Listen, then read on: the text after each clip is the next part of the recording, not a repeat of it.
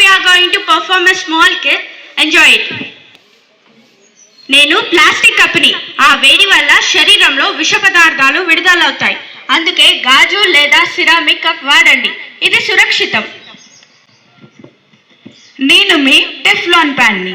నా మీద గీతలు పడితే వెంటనే నన్ను దూరంగా విసిరేయండి. నేను వేడికి గురైనప్పుడు ఆహారం కింద కనిపించే పొర విషాన్ని విడుదల చేస్తుంది. దానివల్ల లంగ్స్కి మరియు హెల్త్కి హార్మ్ఫుల్. నేను మెలమైన్ ప్లేట్ని. నేను చూడడానికి అందంగా కనిపిస్తాను, కానీ నేను మోసగాన్ని. మైక్రోవేవ్లో పెడితే నేను ఆహారంలోకి విష పర్వతాలను విడుదల చేశాను. నన్ను చల్లని వస్తువులకు ఉపయోగించవచ్చు.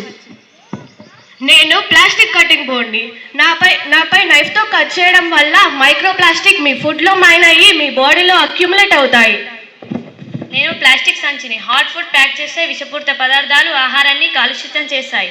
మీరు ఎప్పుడైనా షాపింగ్కి వెళ్తే మీ సొంత కంటైనర్ని తీసుకొని నేను చల్లని ఆహారం కోసమే తయారు చేయబడిన ఫోమ్ కప్ని.